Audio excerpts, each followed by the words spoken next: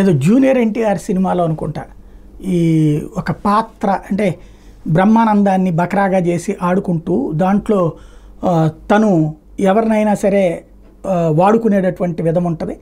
అందులో మిగతా వాళ్ళందరూ చివరిలో వాడికి ఆ బ్రహ్మానందానికి తెలియక మిగతా వాళ్ళందరూ విలన్లందరూ అసలు విషయం తెలిసాక చితకబాతుతూ ఉంటే వీళ్ళందరినీ ఎలిమినేట్ చేసేయండి సార్ అంటుంటాడు. అది బాగా పాపులర్ అయింది. ఇప్పుడు అట్లాంటిదే ఆంధ్రజ్యోతి ఈనాడు రాస్తున్న వార్తలు ఎలిమినేట్ చేసి పడేయండి.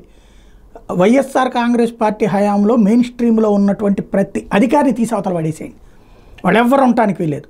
మొత్తం తెలుగుదేశం అనుకూలురైన వాళ్ళు ఉండాలి. వీళ్ళు నిజాయితీ పరులు. ఉద్యోగులు అనేవాళ్ళు వాళ్ళే ఉంటారు. ఇప్పుడు చూడండి, ఇవాళ రాసుకొచ్చింది సూపర్ డ్రామాలు. నాడు వైసీపీ పెద్దలకు ఊడిగం, నేడు కూటమి సర్కార్కి భజన. ఏం చేయాలి? ఇప్పుడు ఒక ప్రభుత్వ ఉద్యోగి ఫర్ ఎగ్జాంపుల్ వాళ్ళు చంద్రబాబు గారు రేషన్ ఇవ్వండి అన్నారు. అంటే యాక్ట్ ఇవ్వడానికి లేదండి, అందులో వాడు వైసీపీ వాడండి, ఇడు కమ్యూనిస్ట్ వాడండి, ఇడు బీజేపీ వాడండి అని ఆపుతాడా? ఇతను ఇవ్వడమే కదా. అది జగన్ చెప్పినా ఇవ్వాలా, చంద్రబాబు చెప్పినా ఇవ్వాలి.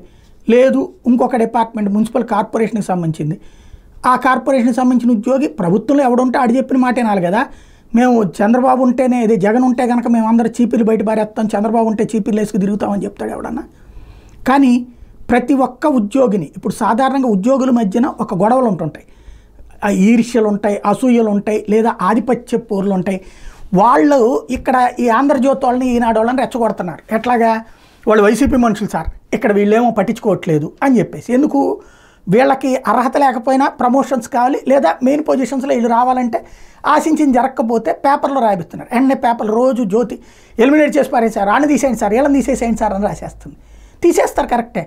ఇప్పుడు రేపు పొద్దున చంద్రబాబు గారి హయాంలో ఇప్పుడు వీళ్ళు వచ్చారు, మరి రేపు వీళ్ళందరినీ జగన్ తీసేయడం కరెక్టేనా? అప్పుడు అంటే ఉద్యోగిని ఉద్యోగిలాగా కాకుండా ఐఏఎస్లు పీకిపడేయండి, ఐపీఎస్లు పీకిపడేయండి, డిఎస్పీలు తీసేయండి, సిఐలు తీసేయండి, ఎస్ఐలు తీసేయండి. ఎవరిని చూసినా ఎదవరకు వైఎస్ఆర్ కాంగ్రెస్ పార్టీ ఏమైనా మెయిన్ పొజిషన్లో ఉన్నారంటే వాళ్ళందరూ వైసీపీ మనుషులే, జగన్ మనుషులే. జగన్ దోచేసుకున్నాడు, వాళ్ళందరితో దోచేస్తారు. మరి అప్పుడు ఇప్పుడు తెలుగుదేశం టైంలో ఉన్న వాళ్ళందరూ తెలుగుదేశం తరపున దోచిపెడుతున్నట్ట. ఎవరి రూల్ని వాళ్ళని చేయనీయకుండా ప్రతిరోజు ఏదో గల్లీలో కూర్చున్నటువంటిది రచ్చబండ దగ్గర కూర్చున్నటువంటి వాడు కూడా మాట్లాడినంత దారుణంగా మాట్లాడుకుంటూ వార్తలు రాసుకుంటున్న దౌర్భాగ్య పరిస్థితి. పాపం చంద్రబాబు గారికి బలమో బలహీనతో తెలియదు.